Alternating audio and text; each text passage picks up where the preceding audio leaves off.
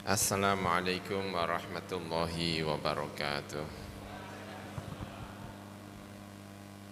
Bismillahirrahmanirrahim. Alhamdulillahirabbil alamin. Wassalatu wassalamu ala asyrafil anbiya'i wal mursalin Sayyidina wa maulana Muhammadin wa ala alihi wa sahbihi ajma'in.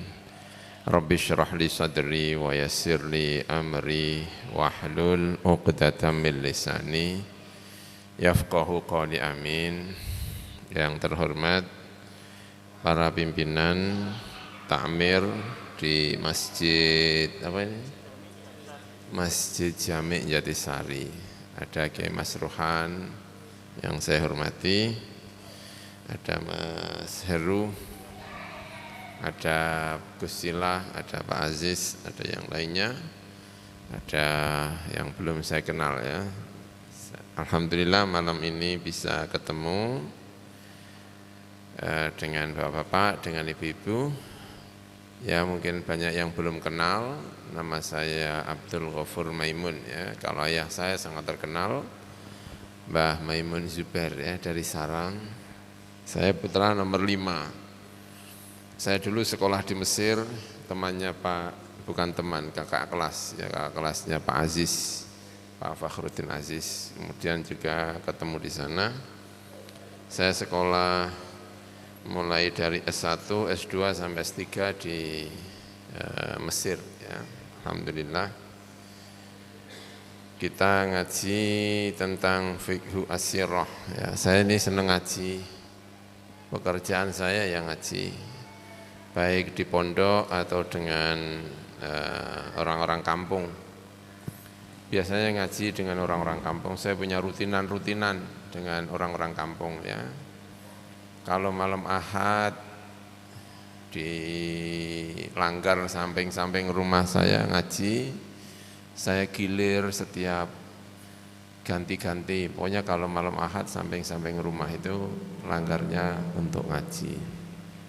Terus kalau pagi itu juga ngaji setiap Ahad, kayak besok Ahad gini itu ngaji ya di masjid sana, namanya masjid samping itu ya, sebenarnya di kampung-kampung. Tapi kalau Ahad Wage biasanya ngaji di Masjid Juwana. Kalau Ahad Wage, besok ini Ahad Wage ngaji di Masjid Juwana. Begitu juga kalau Jumat juga, Jumat Legi itu ngaji di Ngemplak di Pati, yang ngaji-ngaji kitab gitu. Kemudian kalau Jumatnya di mana lagi, ya seneng ngaji. Nah tapi biasanya di desa-desa, jadi ya ngaji dimaknani, di apa gitu, pokoknya dengan orang-orang desa. Nah kebetulan Gus Silah ini silaturahmi ke Sarang, rasan-rasan pengen ngaji, terus saya kok ingat, terus saya telepon, Mas gimana rencananya ngaji, kalau saya ngaji di sana gimana? Nah, karena Gus Silah cerita tentang ngaji-ngaji di Semarang, karena Ahad Wage pagi di Juwana, malamnya ngaji di Semarang, asal manfaat, asal menyenangkan, bisa berbagi, ya insya Allah ini. Tapi jangan mau itu hasanah, saya bilang. Ngaji itu ngaji kitab, ada kitabnya urut gitu dari awal sampai pokoknya urut. Kalau mau itu hasanah itu momen-momen ya. Biasanya yang diambil itu fragmentasi yang menyenangkan. Misalnya cerita tentang maulud, cerita tentang pokoknya yang menyenangkan, menyedihkan gitu ya, atau apalah pokoknya yang kira-kira membuat orang senang. Tapi kalau ngaji itu kan dari awal sampai akhir. Kadang-kadang menyenangkan, kadang-kadang tidak menyenangkan. Kadang-kadang tidak sesuai dengan keinginan kita, kadang-kadang sesuai dengan keinginan kita. Itu kalau ngaji, karena mempelajari dengan utuh. Itu kalau ngaji itu. Baca Riyadhus Shalihin, saya juga mengajar Riyadhus Shalihin di masjid gitu ya. Itu mulai dari bab sabar sampai bab marah sampai bab itu nanti kebaca semuanya. Bersedekah apa saja pokoknya ada di sana ya. Jadinya lengkap. Kadang-kadang kan kita kepinginnya yang sepotong-sepotong. Nah kalau ngaji ini ya, lengkap. Momen-momen kalau kita belajar sirah itu berarti momen-momen Rasulullah itu semuanya nanti keangkut. Ada hal yang membuat kita senang, ada yang bikin kita ini waduh kok gitu ya, gitu ya. Tidak seperti yang saya bayangkan misalnya. Itu kalau kita ngajinya utuh. Nah kita akan mempelajari sirah an-nabawiyah kalau diizinkan oleh Allah Subhanahu wa taala. Misalnya kita berlanjut ngaji sirah setiap malam Ahad Wage, maka kita karena ini diusulkan bacanya sirah. Saya di kontak sama Pak Aziz, Fakhruddin Aziz untuk mengaji sirah ya dari awal sampai akhir. Dan kebetulan mungkin buku yang kita usulkan itu Fiqhus Sirah An-Nabawiyah karya dari Syekh Ramadan Al-Buti, yaitu ngaji di malam hari ini. Ngaji ya paling 1 jam, 1 jam setengah, setelah itu selesai gitu ya, terus kembali beraktivitas. Karena saya percaya dengan hadis Nabi Muhammad Sallallahu Alaihi Wasallam, dunia ini yang baik ya, dunia seisinya yang baik itu satu, zikrullah, zikir kepada Allah Subhanahu wa taala. Jadi ad-dunya mal'unatun wa mal'unun ma fiha illa zikrullah wa ma walah, kata Kanjeng Nabi. Dunia itu yang baik, yang satu zikir Allah, yang kedua sesuatu yang disenangi Allah, tapi secara khusus Allah menyebut zikir. Kemudian Kanjeng Nabi menyebut lagi aliman au muta'alliman. Yang baik lagi itu adalah orang yang mengerti dan orang yang mau belajar. Makanya prinsip, kalau saya itu pokoknya prinsipnya kalau tidak mengajar ya belajar. Maka saya kegiatan belajar mengajar ngaji dengan orang kampung, dengan masyarakat itu sudah saya mulai sejak Syawal di tengah-tengah pandemi. Tapi tidak salaman, tidak apa, pokoknya tapi ngaji jangan berhenti. Karena hidup tanpa ngaji itu rasanya menjadi aneh, monoton gitu. Ada selingan ngajinya itu mengingatkan kembali. Ada momen-momen dalam ilmu, dalam ngaji itu kemudian sangat-sangat bermanfaat bagi kehidupan kita.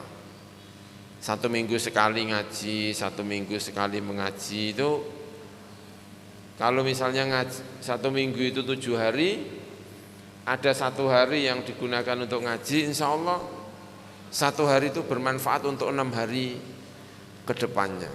Tidak hanya ngaji melalui Google gitu ya, tapi melalui tatap muka. Karena mengaji tatap muka ini manfaatnya luar biasa. Ketemu dengan sesama orang yang mengaji, ketemu dengan guru, ketemu dengan murid, ini bermanfaat sekali.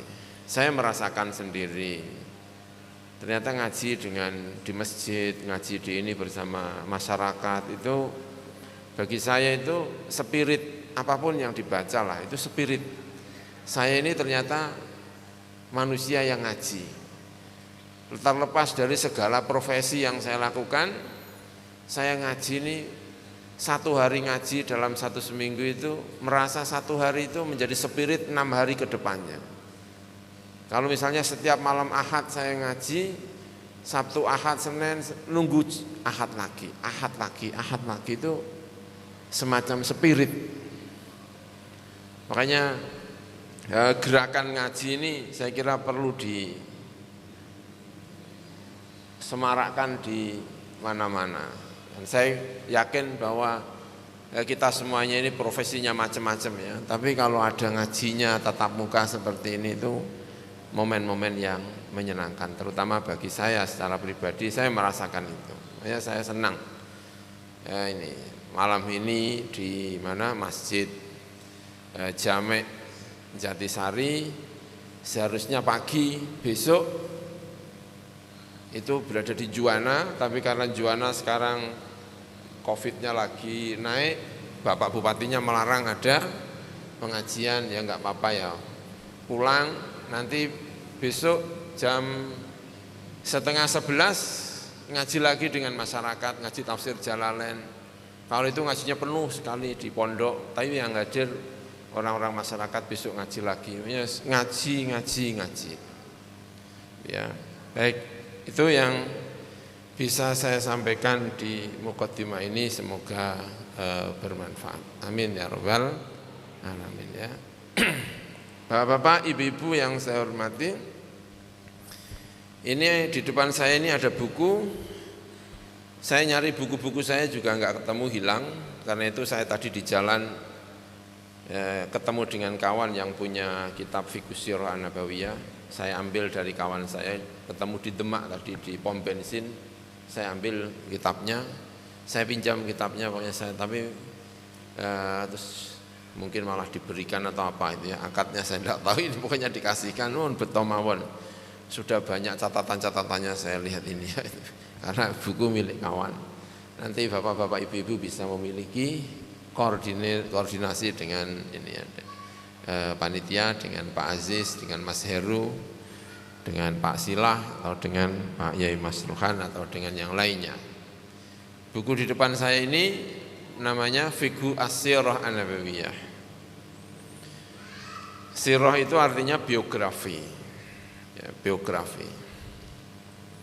Nah, tapi kita tidak sedang mempelajari sekedar biografi, tidak hanya mempelajari catatan-catatan kejadian-kejadian.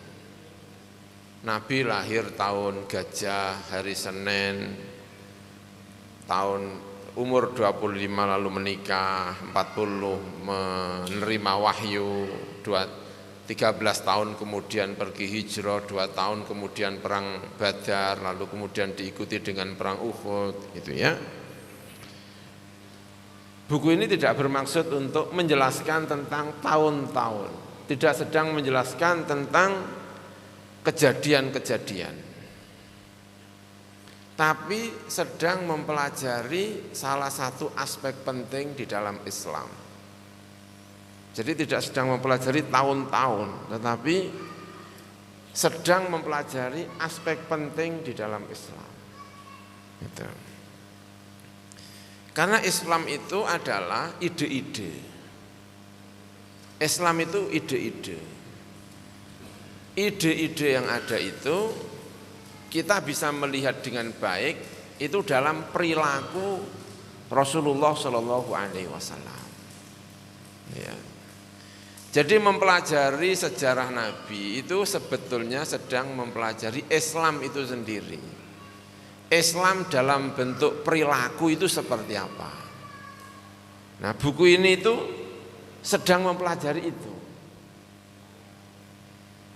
Makanya bukan sedang mempelajari catatan-catatan sejarah saja, tahun ini, tidak, tapi sedang mempelajari Islam dalam bentuk yang paling ideal yang mungkin dilakukan oleh manusia.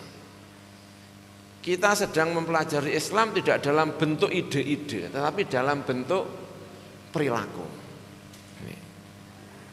Maka mempelajari sejarah sirah ini, yang pertama memahami syakhsiyatul Rasul, jati diri Rasulullah Shallallahu Alaihi Wasallam.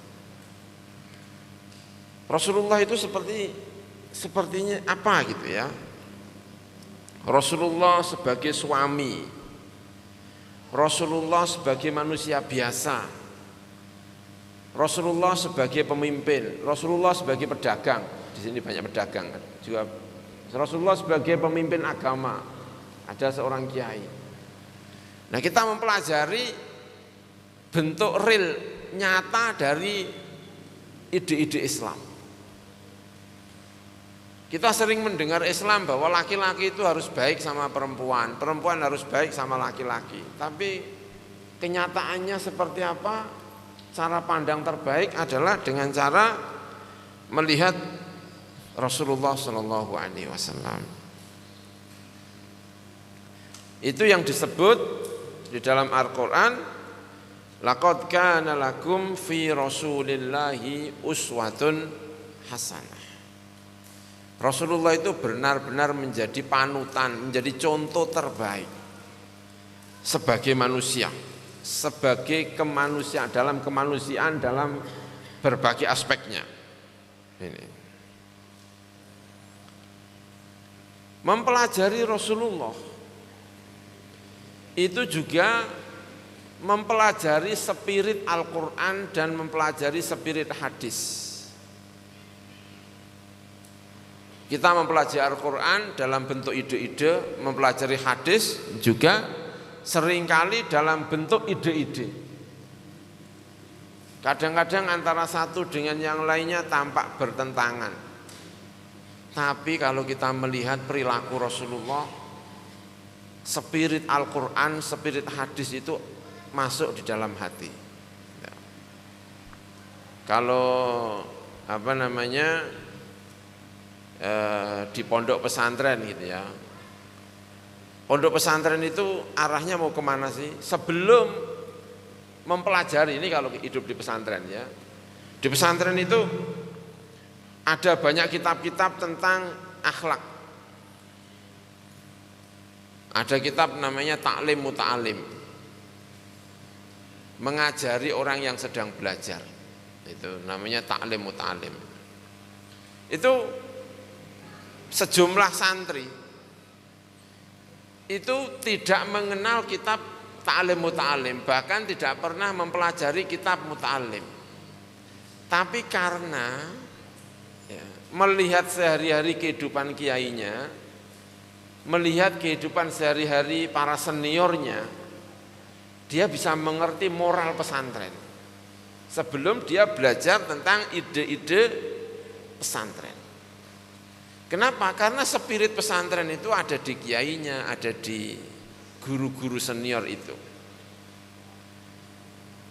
Mempelajari biografi Kanjeng Nabi Muhammad Sallallahu Alaihi Wasallam, ya, itu sebetulnya juga sedang mempelajari spirit-spirit ini. Banyak orang tidak punya kesempatan untuk mempelajari seluruh Al-Quran, seluruh hadis, tetapi karena dia mempelajari sejarah Nabi dengan baik, maka seakan-akan dia itu telah mempelajari spirit Al-Quran dan mempelajari spirit hadis. Itu salah satu keberuntungan para sahabat.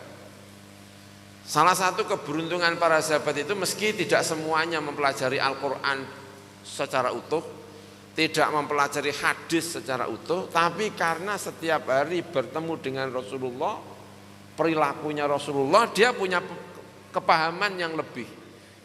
Al-Quran dan hadis itu ya Rasulullah itu. Dan itu yang disimpulkan oleh Sayyidah Aisyah ketika ditanya Rasulullah itu akhlaknya seperti apa, kana khuluquhu Al-Quran. Akhlaknya Rasulullah itu ya Al-Quran itu sendiri.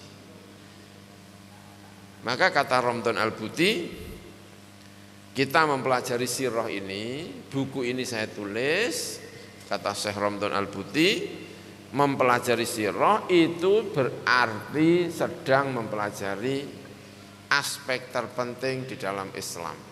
Spirit Al-Quran, spirit hadis bisa kita tangkap dengan baik dengan mempelajari biografi Rasulullah Shallallahu Alaihi Wasallam. Ini ya, itu barangkali kenapa pilihan kita ini adalah mempelajari as-sirah an-nabawiyah. Kemudian yang keempat, ya, yang disampaikan oleh Syekh Ramdhan Al-Buti, anta tajamma'a lada'al muslim min khilali dirasati siratihi akbaru qadrin min al-thaqafah wal ma'arif al-islamiyah as-sahihah. Dengan mempelajari sejarah biografi Kanjeng Nabi Muhammad SAW, seorang muslim tergambar baginya kadar yang cukup besar mengenai pengetahuan Islam, baik dalam segi akidah, syariah, moral. Itu kalau kita mempelajari biografi Kanjeng Nabi, hal-hal yang semacam ini akan masuk dalam diri kita. Akidahnya Kanjeng Nabi itu seperti apa? Moralnya Kanjeng Nabi juga seperti apa? Syariat, hukum-hukum yang dilakukan, yang diajarkan oleh Kanjeng Nabi Muhammad SAW itu seperti apa? Dengan mengetahui itu semuanya, secara otomatis maka kita telah mengetahui kadar yang luar biasa dari Islam kita ini. Karena ternyata sejarah Kanjeng Nabi itu jika dipelajari dengan baik, ada aspek akidahnya juga nanti masuk, ada aspek syariatnya juga masuk, aspek moralnya juga nanti akan masuk. Hal-hal yang positif yang bisa kita peroleh ketika mempelajari biografi Kanjeng Nabi Muhammad SAW. Kemudian yang kelima, kata Syekh Ramdhan Al-Buti, ya nanti bapak-bapak ibu-ibu kalau punya kesempatan nanti bukunya misalnya ada, nanti bisa dibaca ulang kembali ya dengan pelan-pelan gitu ya. An yakuna ladal muallim wad da'iyah al-islami namudhaj hatta antara iqi at-tarbiyah namudhajun hayyun antara iqi as-tarbiyah wa ta'lim. Dengan mempelajari sirah Nabi, karena semua kita adalah pendidik, semua kita adalah murid. Kalau kita belajar ilmu pendidikan itu, berkecimpung di pendidikan, semua kita adalah murid, semua kita adalah pendidik. Dengan mempelajari sirah Kanjeng Nabi Muhammad SAW, kita memiliki model yang hidup. Tidak model dalam arti ide-ide, tapi benar-benar model yang hidup tentang bagaimana cara mendidik. Luar biasa. Karena setiap kita itu adalah murid, setiap kita adalah pendidik. Orang yang bertemu dengan kita itu sekaligus murid kita, tapi sekaligus juga guru kita. Cara kita berperilaku itu sekaligus menjadi pendidikan bagi setiap orang yang mengawasi diri kita. Rasulullah adalah pendidik terbaik. Dengan mempelajari sirahnya Kanjeng Nabi Muhammad, maka kita punya perspektif yang sangat-sangat baik untuk menjadi pendidik bagi siapapun. Ini. Falaqad kana Muhammadun sallallahu alaihi wasallam mualliman nasihan wa murabbiyan fadilan.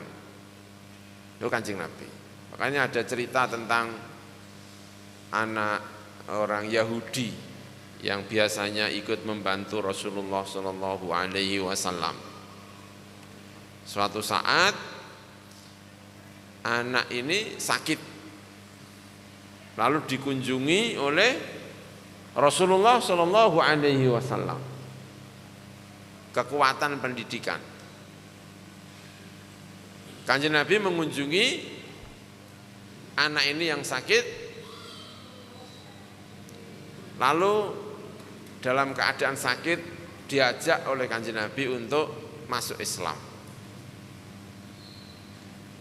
Saya tidak tahu kekuatan Rasulullah itu seperti apa secara persis, tapi kita bisa membayangkan peristiwa ini mengenai kekuatan Rasulullah.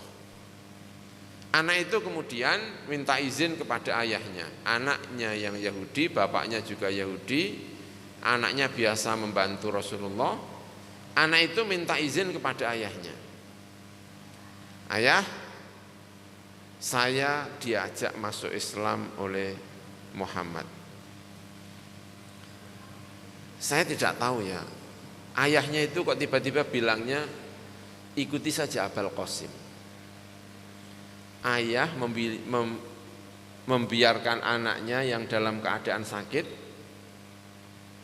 Justru ketika minta izin, ya biasanya orang yang punya pendidikan agama ya, misalnya mohon maaf ya, agama apapun, misalnya ada seorang ayah, anaknya Kristen, bapaknya Kristen, detik-detik paling menentukan itu kan detik-detik mau mati ya. Kalau misalnya ada orang lain berdakwah kepada anaknya yang mau mati, yang sakit, jangankan berdakwah, mengunjungi saja mungkin tidak boleh. Jangan sampai anak saya terpengaruh oleh orang lain karena dia mau apa? Mau mati. Bahkan yang sudah mati pun diperebutkan. Ini mati mau dikubur secara Islam atau secara Kristen. Itu saking pentingnya mau mati dan setelah mati. Tapi anak ini mau ya enggak tahu waktu itu, ya enggak tahu mau mati apa tidak, tapi dalam keadaan apa? Sakit. Rasulullah berkunjung mengajak Islam, anaknya itu minta izin kepada bapaknya. Saya mau diajak masuk Islam. Itu bapaknya yang Yahudi. Itu enggak tahu pengaruh Rasulullah dalam bentuk apa, sehingga bapaknya itu bilangnya ikuti Abul Qasim.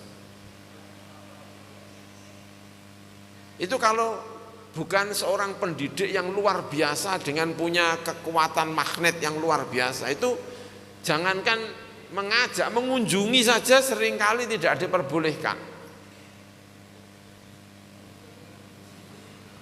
Itu kenapa para kiai-kiai itu kalau di rumah sakit ya, itu ketika menjelang wafat itu seringkali minta pulang untuk ditemukan dengan santri-santrinya, karena lebih nyaman ketika wafat itu di tengah para santri-santrinya.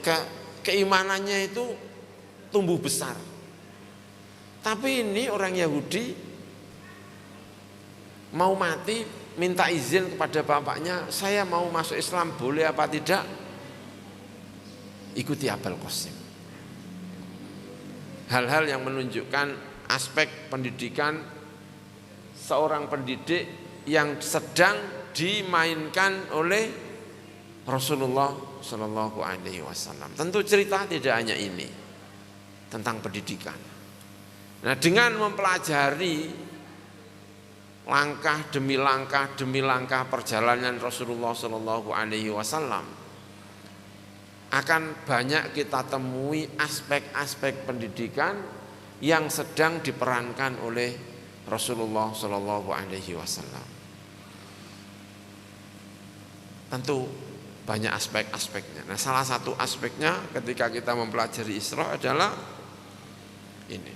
Kita sedang mempelajari aspek pendidikan yang sedang diperankan oleh Rasulullah Sallallahu Alaihi Wasallam. Nah, yang menarik lagi, kita mempelajari biografi Rasulullah itu. Rasulullah itu sedang memerankan kehidupan yang macam-macam. Pengalaman hidup Rasulullah itu bisa kemana-mana ya. Kita bisa mengambil Rasulullah sebagai seorang suami misalnya. Kita bisa mengenal Rasulullah dengan dua madhabnya. Madhabnya dengan Sayyidah Khadijah dengan satu istri, atau madhabnya Rasulullah ketika ditinggal Sayyidah Khadijah dengan banyak istri. Ya, tahu ini madhabnya di sini, ini madhab Khadijah apa madhab Rasulullah. Itu punya dua aspek. Jadi yang punya satu istri itu juga itu madhabnya Rasulullah ketika bersama Khadijah. Tapi juga Rasulullah ketika ditinggal Khadijah punya banyak istri. Ada madhab yang lain. Kamu mau begini, kamu tetap bisa mengikuti Rasulullah Shallallahu Alaihi Wasallam. Ada aspek-aspek yang diperankan oleh Rasulullah Shallallahu Alaihi Wasallam. Rasulullah pernah menjadi pedagang. Rasulullah juga ahli di bidang perdagangan. Ya. Rasulullah ketika di Madinah bertemu dengan para petani, karena mayoritas di Madinah adalah apa? Petani.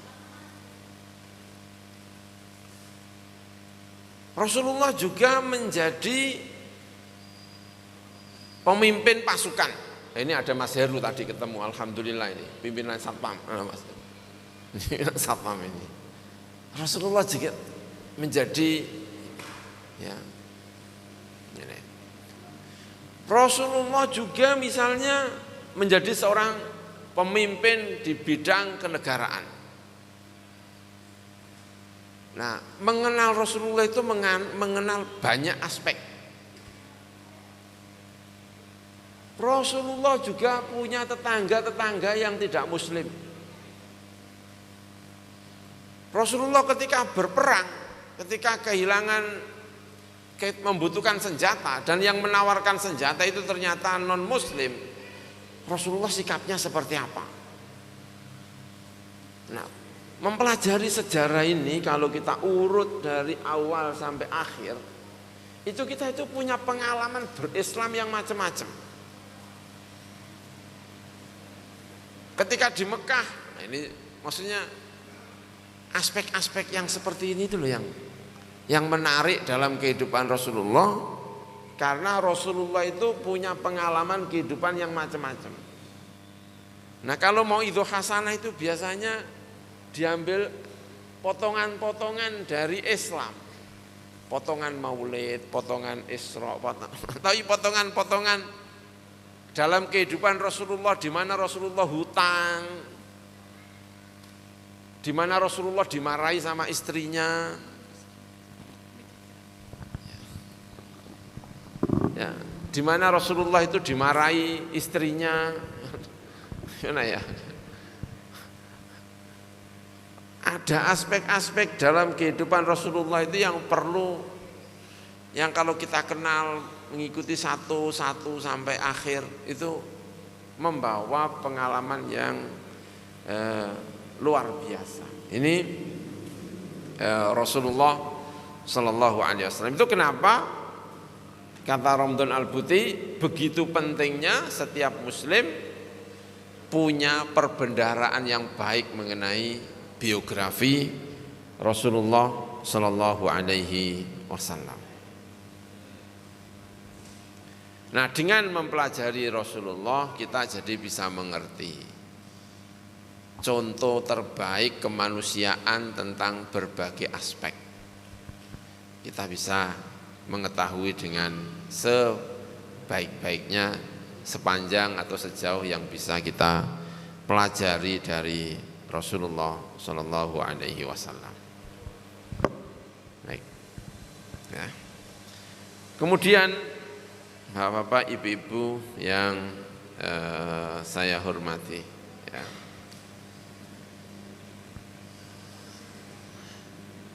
Sirah Nabawiyah, biografi Rasulullah ini adalah asas paling penting di dalam sejarah umat Islam secara umum.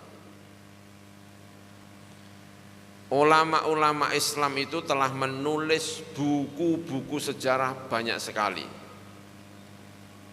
Orang Islam itu kalau nulis sejarah itu Masya Allah, ya, mulai dari zaman Nabi Adam, ada itu ya, cerita kok sejak zaman Nabi Adam sampai orangnya mati. Itu ada yang model kayak gitu, itu ada ya. Tulis sejarah. Dan buku-buku sejarah di dalam Islam itu besar-besar. Ada Ibnu Katsir, ada Ibnul Athir, ada Imam Tobari, ya, itu Ibnu Khaldun menulis sejarah itu besar-besar. Tapi para sejarawan Islam ini sepakat bahwa dasar pertama mereka menulis sejarah itu adalah biografinya Rasulullah Shallallahu Alaihi Wasallam. Jadi yang ditulis pertama, pemantik pertama dalam penulisan sejarah itu adalah biografi Rasulullah Shallallahu Alaihi Wasallam. Kalau umat Islam saat itu menulis sejarah sebelum Rasulullah itu sebagai mukaddimah, sebelum Rasulullah itu seperti apa. Kalau kemudian mereka menulis sejarah setelah Rasulullah, pertanyaannya juga sama. Setelah Rasulullah seperti apa? Jadi dasar pertama umat Islam menulis sejarah. Orang Islam memiliki metode dalam penulisan sejarah. Umat Islam memiliki kritik yang luar biasa terhadap kebenaran fakta-fakta sejarah. Itu dimulai dari mereka mempelajari sejarah Rasulullah Shallallahu Alaihi Wasallam. Ini salah satu hal yang menekankan, yang ditekankan oleh Syekh Ramdan Al-Buti. Ketika mereka mempelajari sejarah Kanjeng Nabi, itu menggunakan metode yang sangat-sangat ketat.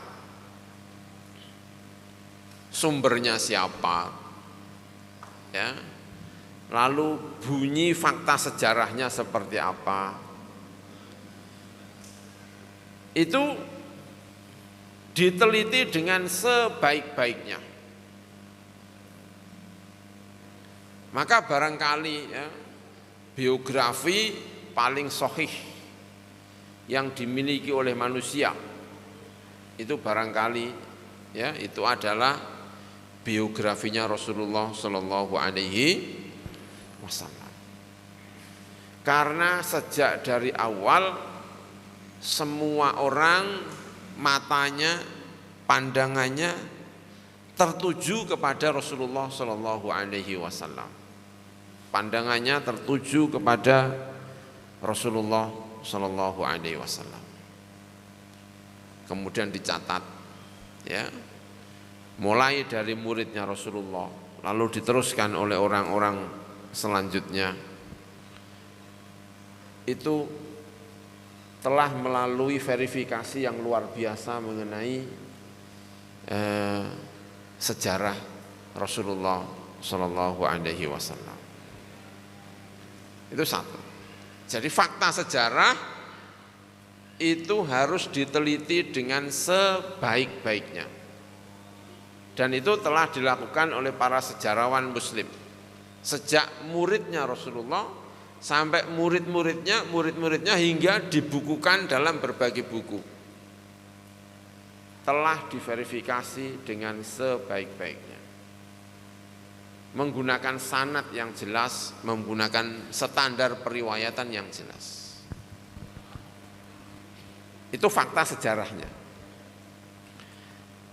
Nah, kemudian yang kedua, tidak saja mempelajari sirahnya, tetapi mempelajari fikihnya. Jadi sejarah itu satu ilmu, fikih sejarah itu juga ilmu yang lain. Nah, yang ditulis oleh Ramdan Al-Buti itu bukan hanya aspek sejarahnya, tidak hanya sekedar faktanya, tetapi apa yang bisa dipelajari dari fakta sejarah itu. Rasulullah berada di Mekah selama 13 tahun menurut banyak versi. Lalu berada di Madinah selama 10 tahun. sudah diblokade mungkin sejak tahun sekian, tahun 10 atau tahun sekian. Rasulullah lalu pergi ke Taif. Rasulullah berdakwah, tidak bisa di Mekah, berdakwah kepada orang yang datang ke Mekah. Lalu datang ke Taif sebelum akhirnya benar-benar pindah ke Madinah. Kalau misalnya ditemukan fakta sejarah semacam ini, lalu apa yang bisa diambil dari fakta sejarah ini? Itu kira-kira buku yang akan disampaikan oleh Syekh Romdon Al-Buti. Jadi tidak hanya fakta sejarah, tetapi apa yang bisa diambil pelajaran dari fakta sejarah ini. Mulai dari Rasulullah berada di Makkah, Rasulullah kemudian berada di Madinah. Fokus yang ingin diambil oleh Romdon Al-Buti adalah fakta, tidak hanya sekedar faktanya, tetapi apa yang bisa diambil dari fakta sejarah, sehingga sejarah Rasulullah tidak hanya sekedar catatan tentang tahun, tentang peristiwa, tetapi menjadi sebuah nilai yang patut diajarkan, diresapi oleh setiap umat Islam. Ini. Karena apa? Ya, ini kata Romdon Al-Buti. Ya. Karena Rasulullah ketika umurnya 40 tahun, lalu diangkat menjadi seorang nabi. Rasulullah memperkenalkan diri sebagai apa? Ya, Rasulullah memperkenalkan diri sebagai apa? Beliau memperkenalkan diri sebagai utusan Allah. Saya ini utusan Allah, penerus dari para rasul-rasul sebelumnya, membawa risalah seperti risalah para nabi-nabi sebelumnya. Saya bukan orang pertama yang mengaku diri sebagai seorang rasul. Kamu semua harus percaya bahwa saya adalah Rasulullah. Jadi Rasulullah memperkenalkan diri sejak umur 40 tahun itu sebagai seorang rasul. Saya mendapatkan mukjizat. Saya dibantu oleh Gusti Allah. Tapi di luar itu semua, saya tetap manusia. Itu Rasulullah menyampaikan itu sejak pertama Rasulullah berada di Mekah, pertama kali ketemu dengan masyarakat, menyampaikan kepada orang banyak, itu yang disampaikan oleh Rasulullah. Bukti kenabian saya adalah Al-Qur'anul Karim. Misalnya gitu ya, saya ketemu dengan malaikat, saya ketemu dengan ini. Kamu semua harus iman. Kalau kamu tidak iman, kamu bisa bermasalah. Nanti di akhirat kamu akan bermasalah. Nah, mempelajari Rasulullah Shallallahu Alaihi Wasallam, ya, itu mempelajari jati diri Rasulullah seperti beliau memperkenalkan diri. Kenapa? Ini penting disampaikan oleh Syekh Romdon Al-Buti. Karena banyak orang kemudian ketika mempelajari Rasulullah, itu mempelajari Rasulullah sebagai orang yang jenius, bukan seorang nabi. Banyak orang yang menjadikan Rasulullah itu sebagai salah satu kiblat orang yang jenius, menghilangkan aspek-aspek yang sifatnya kenabian. Ada nilai-nilai gaib yang ada dalam diri Rasulullah ini jangan sampai dihilangkan. Maka mempelajari sirah Rasulullah seperti yang nanti akan dikenalkan oleh Syekh Romdon Al-Buti, itu jangan sampai mempelajari Muhammad hanya dari aspek kejeniusannya saja. tetapi juga dari aspek bahwa Muhammad itu adalah seorang nabi. Karena Rasulullah sejak pertama memperkenalkan diri itu saya ini nabi. Saya memberitakan tidak saja sesuatu yang sunanullah, tetapi saya juga memberitakan sesuatu yang di luar sunnatullah. Maka kalau ada aspek-aspek yang gaib di dalam penjelasan Rasulullah, atau ada aspek-aspek yang gaib dalam diri Rasulullah, jangan selalu ditafsiri dengan hal-hal yang di luar kegaiban itu tadi. Ini Syekh Ramdan Al-Buti, ya. Ini mempelajari Rasulullah. Jadi mempelajari Rasulullah seperti halnya Rasulullah memperkenalkan dirinya kepada banyak orang. Gitu. Meski Rasulullah tetap memberi pernyataan bagaimanapun di luar itu semua saya adalah manusia biasa. Ya, Rasulullah itu menyampaikan dirinya saya ini manusia biasa. Karena itu kalau Rasulullah itu kadang-kadang belanja di pasar, ya. Rasulullah belanja di pasar, iya Rasulullah belanja di pasar. Pernah Rasulullah belanja di pasar, santri-santrinya pada mendekat.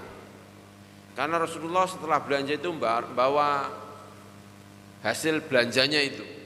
Kalau sekarang ya pakai kresek gitu ya. Kalau habis belanja kan bawanya kan apa? Kresek. Kalau sekarang saya nggak bayangkan dulu kira-kira bawa apa ya. Kalau Rasulullah belanja terus apa gitu ya. Itu santri-santrinya itu pada berebut. Sudah Rasulullah saya saja yang bawa, sudah saya saja yang bawa Rasulullah. Jenengan tidak perlu membawa. Tapi kata Rasulullah itu yang menarik, ya. Rasulullah ngendikannya apa? Shahibus syai' ahaqqu bihi. Orang yang punya sesuatu, dia yang paling berhak untuk membawanya. Kira-kira kalau kiai bawa berkat ya kan? Itu yang bawain berkatnya siapa itu?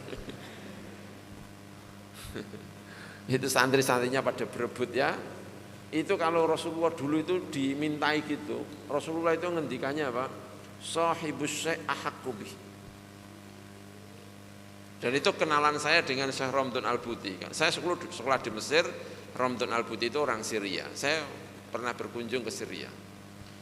Syekh Ramdan Al-Buti itu kalau ngaji gini ya, ngaji di masjid ya, itu nggak mau difoto, itu nggak mau. Kalau ada orang moto beliau itu mesti marah. Ya. Kamu datang ke sini paling pengen foto, nggak pengen ngaji, pengen selfie paling. Marah bener itu. Makanya nggak ada yang berani minta foto sama Syekh Ramdan Al-Buti ketika habis ngaji. Karena saya datang dari Mesir kepingin dapat foto, sudahlah pokoknya saat itu belum ada HP, belum ada apa, pakainya masih pakai apa itu? Pakai itu loh, tustal itu ya. Saya pesan sama teman saya, pokoknya kamu harus curi-curi, pas saya salaman harus kamu foto. Sama Syekh Ramdan Al-Buti saya kenal. Terus saya salaman, teman saya moto. Itu enggak jadi fotonya, itu kayak kebakar. Wah ini wali bener gitu pikirnya. Kebakar ya. Terus saya sowan sama ketika di Syria itu ketemu sowan sama Syekh Wahbah Zuhaili. Syekh Wahbah Zuhaili itu yang pengarang kitab Al-Fiqhul Islami wa Adillatuh. Itu lain lagi profilnya. Saya datang kepengen ngaji ya tentu sambil pengen foto lah orang Indonesia kan ya. Tapi saya pengen ngaji waktu itu, datang ke masjid, pengen ngaji. Ketika saya sampai masjid, itu ngajinya udah selesai. Beliau sudah keluar dari masjid, terus tahu kita datang, itu terus malah dipanggil, sini, mari foto bareng-bareng. Jadi yang satu itu senang difoto, yang satu difoto itu tidak mau. Terus foto bareng-bareng ya jadi memang. Saya punya foto dengan Syekh Wahbah Zuhaili karena memang diizinkan. Tapi saya salaman foto curi-curi sama siapa? Syekh Ramdan Al-Buti itu enggak jadi. Nah itu Syekh Ramdan Al-Buti itu kalau pulang ngaji kayak gini itu sambil pulang jalan kaki itu biasanya belanja. Beliau itu belanja. belanja apa, untuk makan pagi, sarapan pagi, belanja sendiri, belanja beli tomat, beli apa gitu ya. Itu kalau santri-santrinya kemudian minta untuk dibawakan, sudah saya bawakan. Itu kata Syekh Ramdan Al-Buti, sahibus syai' ahaqqu bi. Orang yang punya barang itu yang paling berhak membawanya. Saya pikir itu bukan hadis, itu ucapannya Syekh Ramdan Al-Buti, tapi ternyata itu hadis. Itu Ramdan Al-Buti sedang menirukan siapa? Rasulullah Shallallahu Alaihi Wasallam. Makanya nanti kalau ada kiai bawa berkat, nggak usah kamu bawakan, biar aja sahibus syai'. Sahibus syai' ahaqqu bi. Gitu ya. Ini aspek-aspek dari Rasulullah Sallallahu Alaihi Wasallam. Jadi mempelajari banyak momen. Rasulullah tetap memperlihatkan diri sebagai manusia. Itu sedang memperlihatkan diri sebagai apa? Manusia. Tapi kalau ada peristiwa-peristiwa di mana itu tampak merupakan sesuatu yang gaib dalam diri Rasulullah, pesannya Syekh Ramdan Al-Buti, jangan selalu tafsiri sebagai aspek kemanusiaan. Anggap itu aspek kegaiban dalam diri Rasulullah Shallallahu Alaihi Wasallam. Jadi kalau misalnya ada cerita misalnya ya bahwa ketika Kanjeng Nabi itu mau lahir, Mekah itu diserang oleh Raja Abraha. Belum sampai di Mekah sudah ada ababil. Li'ilafi Quraisyin, bukan, alam taro kaifa fa'ala rabbuka bi ashabil fil alam yaj'al kaidahum fi tadlil wa arsala 'alaihim tayran ababil. Itu jangan kamu tafsiri yang keluar dari konteks kegaiban. Ya enggak baca ya. Itu memang aspek kegaiban dari Kanjeng Nabi Muhammad. Karena untuk menghormati Nabi Muhammad sallallahu alaihi wasallam, maka kemudian ketika ada gajah yang mau menyerang Ka'bah itu dirusak oleh ababil.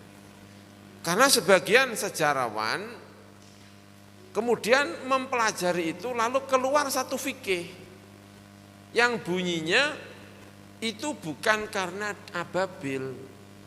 Ababil itu artinya bukan kok burung. Ababil itu artinya adalah virus itu loh. Saat itu Allah sedang menurunkan corona, gitu. Sehingga para pasukan Abraha itu mati dengan sendirinya.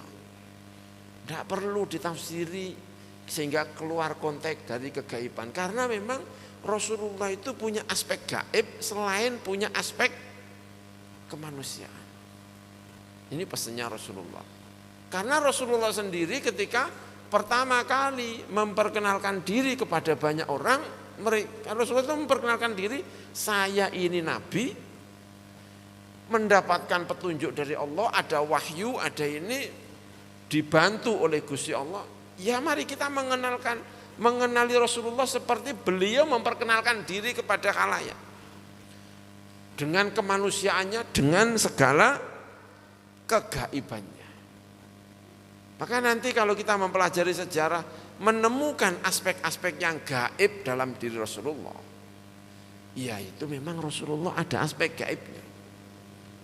Kalau kita menemukan aspek kemanusiaan Rasulullah, ya itu aspek kemanusiaan Rasulullah. Gak perlu ditafsiri sehingga menafikan kemanusiaan Rasulullah. Kalau Rasulullah itu kemudian sakit, ya sakit saja. Karena memang Rasulullah apa? Manusia. Kalau Rasulullah kita temukan dalam sejarah itu belanja di pasar, ya dia memang belanja di pasar. Kalau Rasulullah itu kemudian perintah kepada para sahabatnya, sahabat tidak mau nuruti, Ya itu karena Rasulullah memang sedang menyampaikan, tidak sedang perintah. Karena ada misalnya begini loh, contoh itu kayak gini loh ya. Bahwa Rasulullah itu punya aspek yang macam-macam, dan itu ya sudah, ya memang itu Rasulullah begitu. Enggak perlu kemudian itu enggak mungkin begitu. Ya memang begitu. Ya Rasulullah ya itu. Itu. Ada seorang namanya, misalnya ini satu contoh ya, saya contohkan ya. Ada seorang perempuan namanya Bariroh, punya suami namanya Mughis. Tapi karena menurut fikih ya, itu harus dipisah, maka duanya harus dipisah. Nah ketika dipisah itu, suaminya itu masih sangat mencintai istrinya. Saking mencintai istrinya, kalau istrinya itu jalan-jalan diikuti dari belakang sambil nangis. Jadi zaman Rasulullah itu sudah ada cinta yang kayak gini, itu sudah ada. Perempuan lewat ditututi dari belakang sambil nangis, itu ya dari Rasulullah Muhammad itu sudah ada. Rasulullah itu kasihan sama yang laki-laki itu. Lalu bilang sama pamannya Abbas, Bariroh itu mbok ya dipanggil. Saya itu tidak pernah bisa melihat orang kok jatuh cinta kayak Mughis kepada Bariroh itu.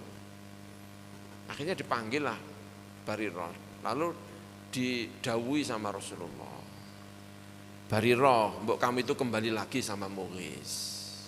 Dia itu begitu mencintai kamu kayak gitu bentuknya itu loh, lihat. Kamu jalan diikuti sambil apa? Nangis. Kata Bariroh, Rasulullah ini perintah apa syafaat? Itu bantah. Muridnya Rasulullah sendiri itu disuruh kembali sama Rasulullah itu tanyanya apa?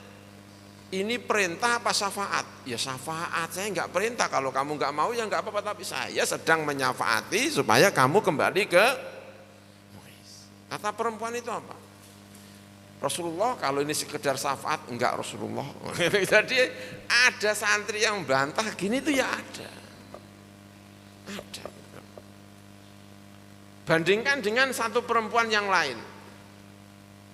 Ada perempuan menjanda, kemudian bapaknya sowan kepada Rasulullah, saya lamar ya. Bapaknya senang sekali, karena dikira yang lamar untuk siapa? Rasulullah. Tapi kata Rasulullah, tapi bukan untuk saya, untuk santri saya namanya Julaibib. Namanya siapa? Julaibib. Wah, kalau untuk Julaibib nanti dulu saya tak rembukan sama ibunya. Nah, karena Julaibib itu wajahnya itu cenderung jelek daripada setengah-setengah, memang cenderung jelek. Dan Julaibib itu pekerjaannya senengannya bantu-bantu masak ibu-ibu. Itu Julaibib itu. Tapi Rasulullah senang sekali sama Julaibib, itu senang. Sehingga ada orang yang menjanda datang dilamarkan untuk Julaibib. Kata ayahnya, nanti saya tak rembukan sama ibunya. Lalu ayahnya pulang, rembukan sama ibunya, Bu, anak kamu dilamar Rasulullah. Oh senang sekali. Jangan senang, ini dilamar untuk siapa? Julaibib. Kata ibunya itu, yang lamar banyak saya tolak, kenapa harus siapa? Julaibib. Itu ibunya marah-marah. Anaknya di dalam rumah mendengar itu, keluar lalu tanya, ayah siapa tadi yang lamar saya? Rasulullah. Kalau Rasulullah yang lamar, siapapun saya mau. Yang kata yang tadi, yang Bariroh itu, Rasulullah, ini perintah apa? Syafaat. Syafaat. Tidak mau kalau syafaat Rasulullah. Jadi ada santri yang model Julaibib, Bariroh, ada yang seperti ini.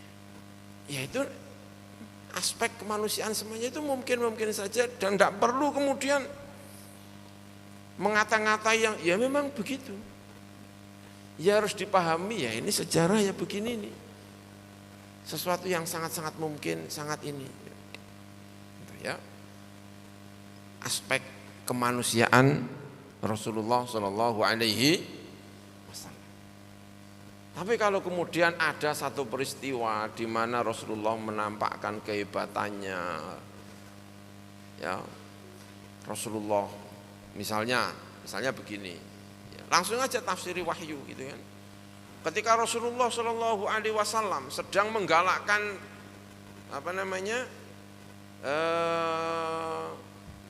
sedekah karena sedang perang dan membutuhkan biaya.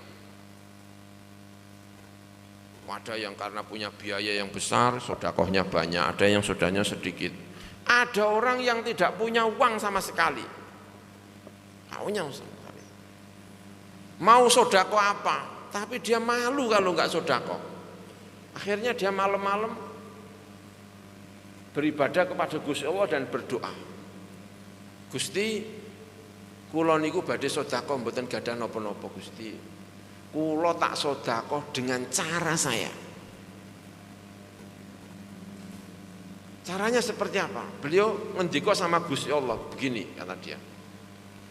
Siapapun yang menyakiti saya, baik menyakiti secara fisik atau menyakiti hati saya, semuanya saya maafkan sebagai sedekah saya kepada orang. Jadi karena tidak bisa sedekah, sedekahnya adalah dengan cara memaafkan orang lain. Nah, pagi-pagi dipanggil sama Kanjeng Nabi. Lalu kata Kanjeng Nabi, laqad ghafarallahu laka. Sedekah kamu diterima, Allah telah mengampuni. Sekarang pertanyaannya, yang ngabari Rasulullah siapa? Wong itu doa malam-malam, nggak ada yang tahu. Pagi-pagi tiba-tiba dipanggil. Ya ini tafsiri saja, ini aspek gaibnya siapa?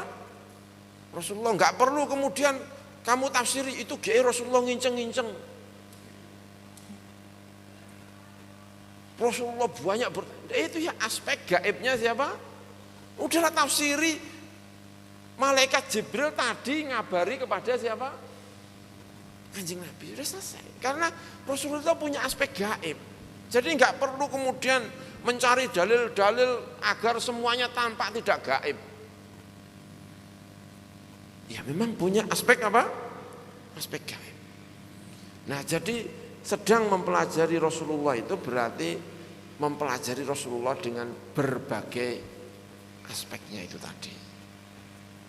Nah dengan cara seperti ini kita bisa mempelajari berbagai aspek Rasulullah. Mulai dari A sampai Z, pengetahuan kita menjadi utuh. Bukan mengambil secara sepotong-sepotong. Karena kita ini kan suka mengambil yang apa? Yang sepotong-sepotong.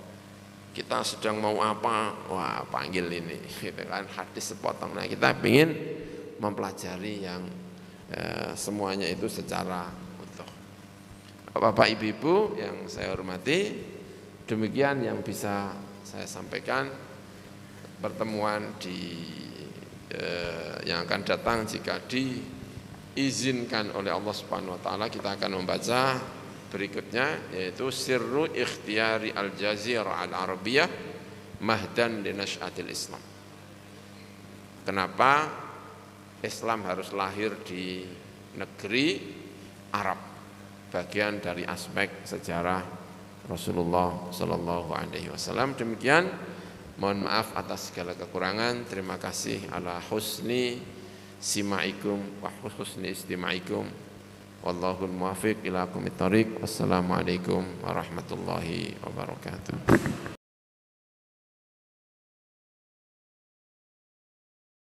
Assalamualaikum warahmatullahi wabarakatuh. Yang ingin saya tanyakan, bagaimana dalam konteks modern ini, kemarin kan ramai kasus bahwa Presiden Perancis melakukan itu loh, karikatur yang menghina Rasulullah. Yang saya tanyakan, dalam konteks sirah ini, kita sebagai umatnya Rasulullah, bagaimana sikap hirah Islamiyah kita ketika ada peristiwa seperti itu, Pak? Kurang lebih seperti itu. Baik, matur nuwun. Oke, terima kasih. Untuk selanjutnya Mbak Zen An-Najah. Iya. Monggo.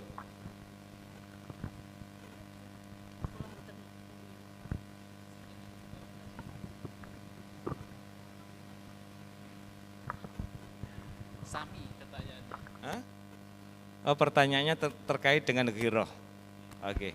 Terus ini Gus Gofur ada pertanyaan yang disampaikan melalui WA Jabri ke saya tentang apa perbedaan antara sirah, tarojim, manakib, dan tarikh. Oke, jadi apa perbedaan antara tarikh, sirah, manakib, dan tarojim? Monggo kersa Gus Gofur bisa menyampaikan jawaban. Baik, terima kasih ya. Kalau dalam ilmu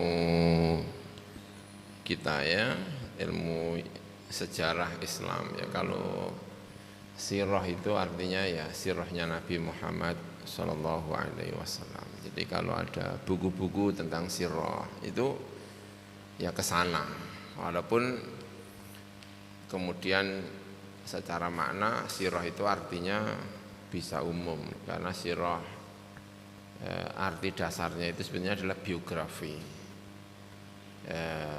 perjalanan hidup sirah ya.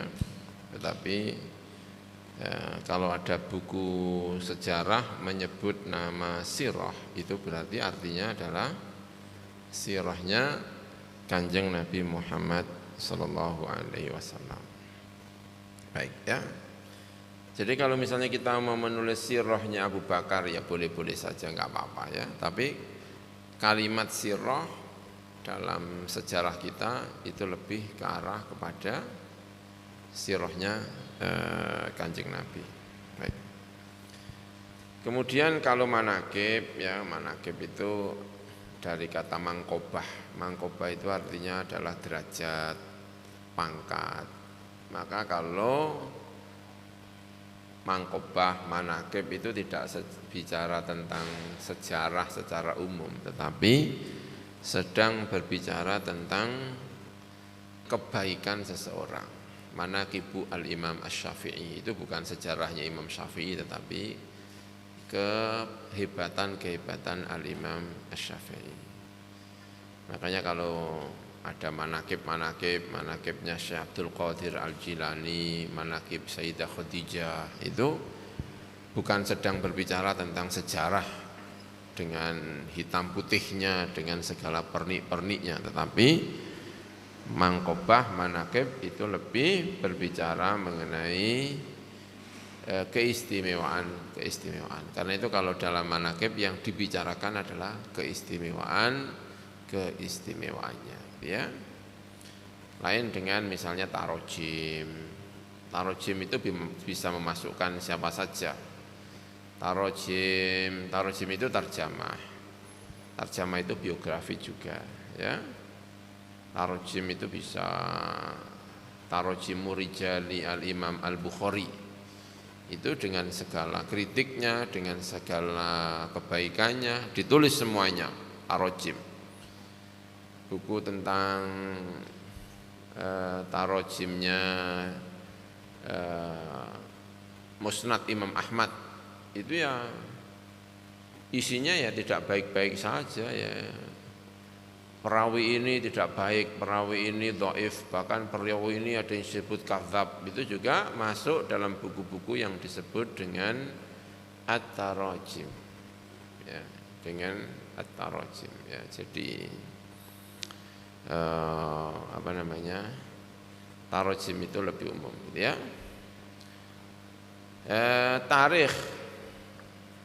Tarikh tidak sedang berbicara secara khusus kepada biografi. Tarikh itu bisa berbicara tentang negara. Misalnya Tarikhu Dimashq itu sejarah tentang Damaskus. Jadi tidak bicara tentang person, tetapi lebih kepada Damaskusnya.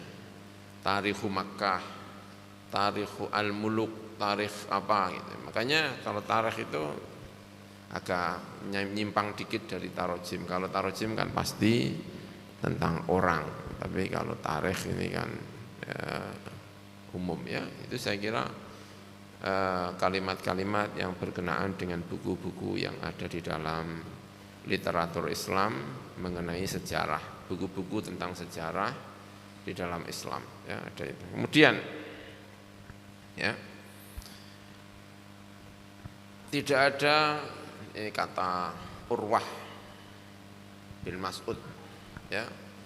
Kalau tidak salah namanya Urwah bin Mas'ud, orang Taif. Orang Taif ketika perjanjian Hudaybiyah, Urwah bin Mas'ud itu datang ke Mekah. Saya tolong dikirim sebagai delegasi untuk bernegosiasi dengan Muhammad, ya, Urwah bin Mas'ud. Karena Muhammad itu kan ketika keluar dari Mekah, ya, Muhammad itu keluar dari Mekah, itu kan statusnya sebagai DPO. DPO itu daftar pencarian orang, ya. Artinya memang dicari, mau dibunuh. Bahkan ketika mencari dibikin sayembara, siapa yang bisa membawa Muhammad ke Mekah kembali akan diberi 100 unta yang kemudian melahirkan Surokoh. Yang kemudian ketemu itu kan gara-gara mau mendapatkan unta 100. Artinya Muhammad itu statusnya sebagai apa? DPO. Tahun 6 Hijriah tiba-tiba datang ke Mekah. Orang yang dicari itu tidak dicari lagi, tapi mendatangi Mekah untuk melaksanakan umroh. Loh, ini statusnya apa kalau gitu? Wong dicari kok malah datang. Itu kan artinya secara politik apa ini? Ini perlu tanya ke sama Kiai Masrur Khan, ya kan, yang ahli politik ini. Pak Kiai Masrur Khan. Orang yang dicari sekarang datang dan dengan gagahnya mau umroh. Itu kan ngaget-ngageti. Nah, orang Mekah itu kan kemudian agak sombong-sombong gimana, larang, jangan sampai masuk ke Mekah. Kamu ngelarang apa? Ngelarang siapa? Kalau misalnya DPO, kenapa dilarang? Pegang saja, ya kan? Dilarang itu artinya kan punya kekuatan untuk nego kan. Tapi orang Mekah kalau mau nego itu masa nego kok dengan orang nego dengan DPO ini kan aneh ya. Masa keamanan mau nakzir santri kok terus nego itu kan atas nama apa kamu kok nego itu kan enggak, ini dicari kok nego. Makanya orang Mekah itu agak enggan-enggan bernegosiasi dengan Nabi Muhammad itu kan enggan. Karena statusnya keluar dari Mekah itu DPO, kok sekarang kalau mau negosiasi itu kan artinya sejajar. Kan gitu kan, enggak mau sejajar. Nah, Urwah bin Mas'ud itu kemudian menawarkan diri. Sudahlah, utus saya tidak punya kepentingan apa-apa. Maka salah satu yang diutus untuk ketemu Nabi Muhammad ketika perjanjian Hudaybiyah itu orang namanya Urwah. Urwah ketika sampai di Hudaybiyah lalu pulang lagi ke Mekah, itu menyampaikan pernyataannya yang sampai sekarang itu terkenal.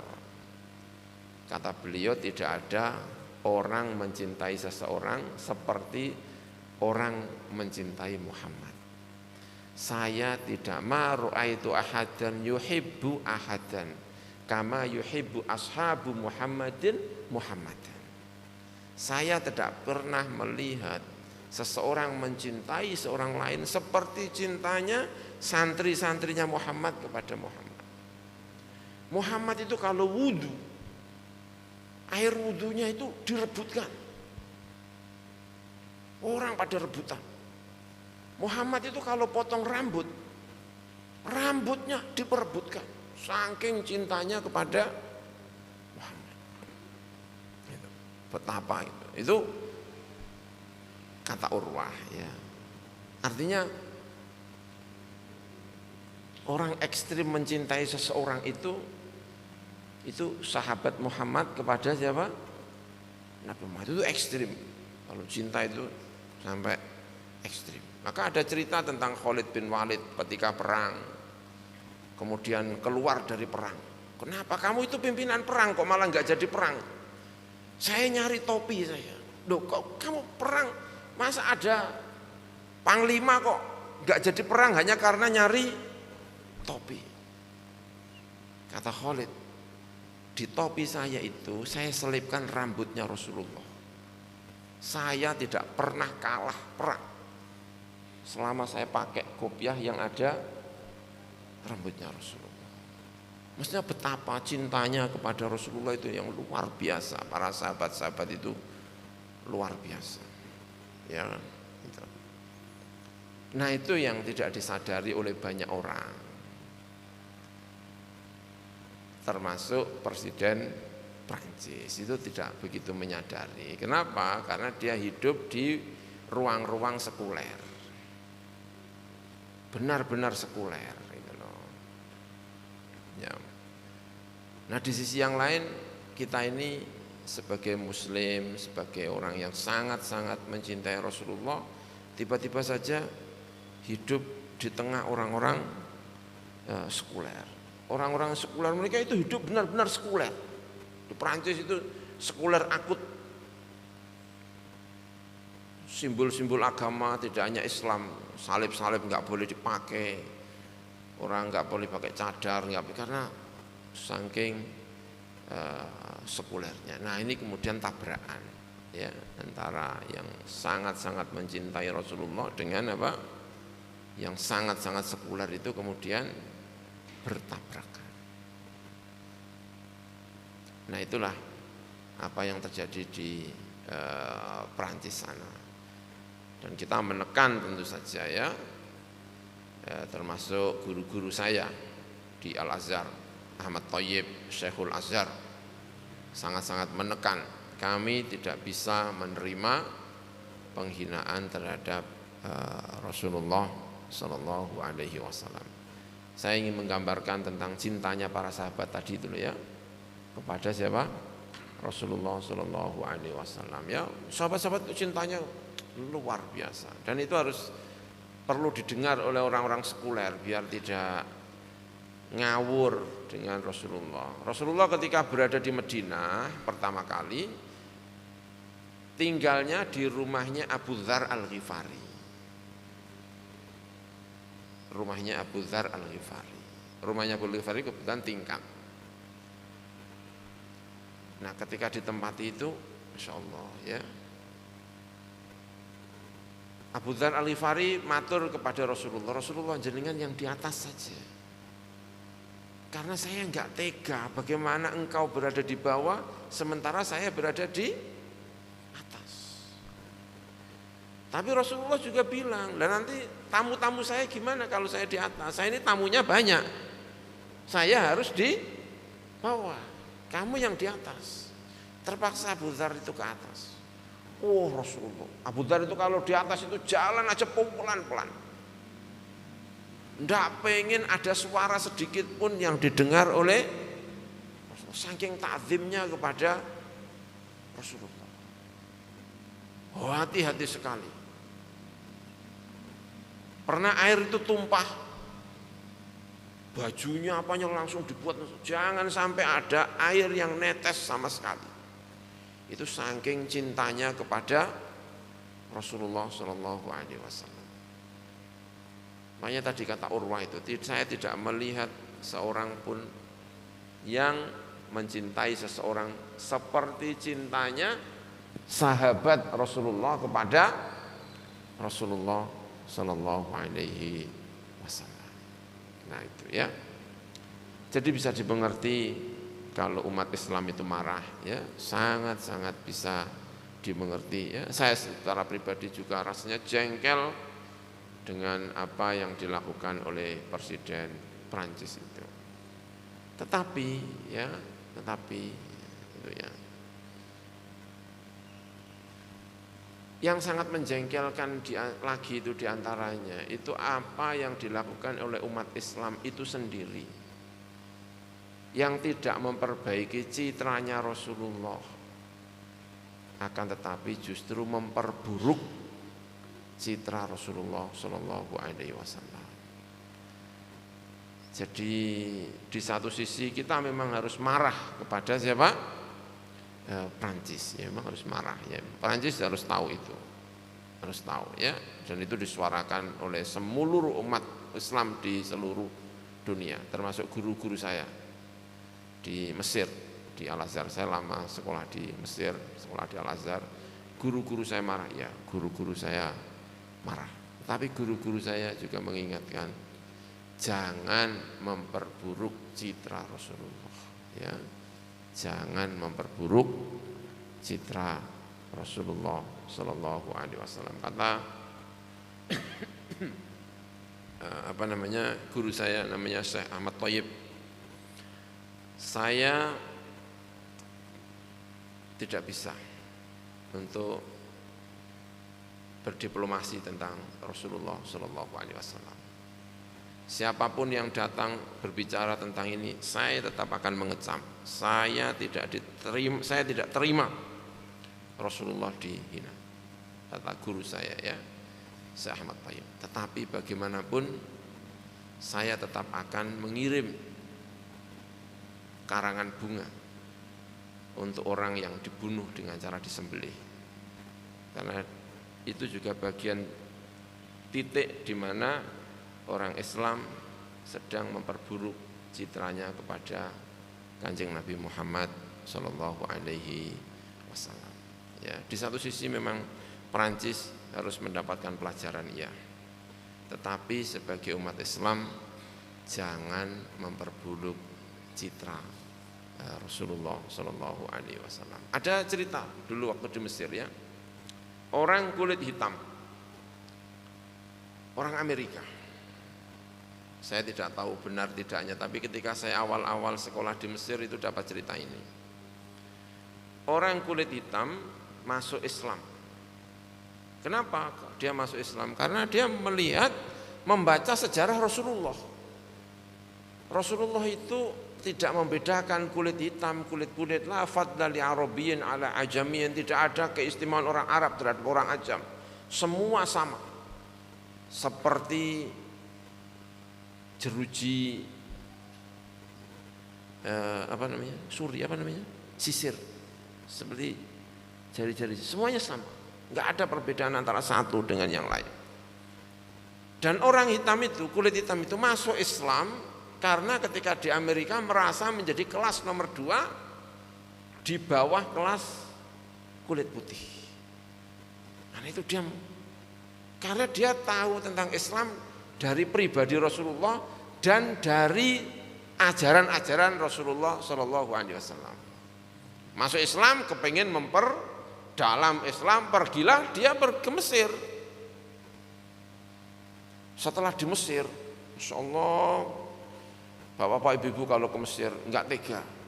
Ada namanya tembok ratapan. Tembok itu baunya pesing sekali, karena banyak orang kencing. Itu, Masya Allah, amis, pesing. Kata orang hitam begini, alhamdulillah saya mengenal Rasulullah dari buku-buku, saya mengenal Islam dari buku-buku. Kalau saya sudah masuk Mesir sebelum membaca buku, rasanya mustahil, sulit saya masuk Islam ini. Karena saya mengetahui perilaku umat Islam sebelum saya mengetahui. Untung saya itu tahu Islam dari buku, sehingga saya sudah mengenal Islam, sudah mengenal Rasulullah sebelum mengenal perilakunya umatnya Rasulullah. Bayangkan kalau kenalnya Islam an-nadhafatu minal iman, tapi kemudian masuk pesisir pantai utara Jawa, itu an-nadhafatu minal iman, yang buang sampah di sini kambing semua. Kambing semua itu.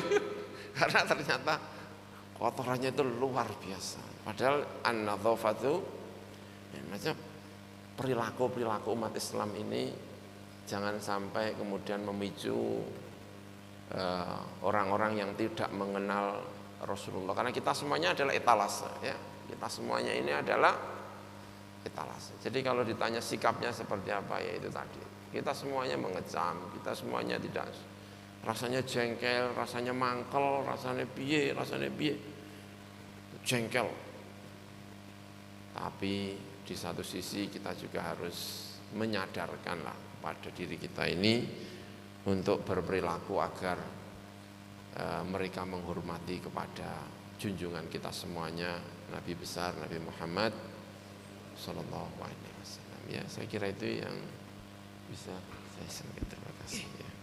Matur nuwun Gus Gofur.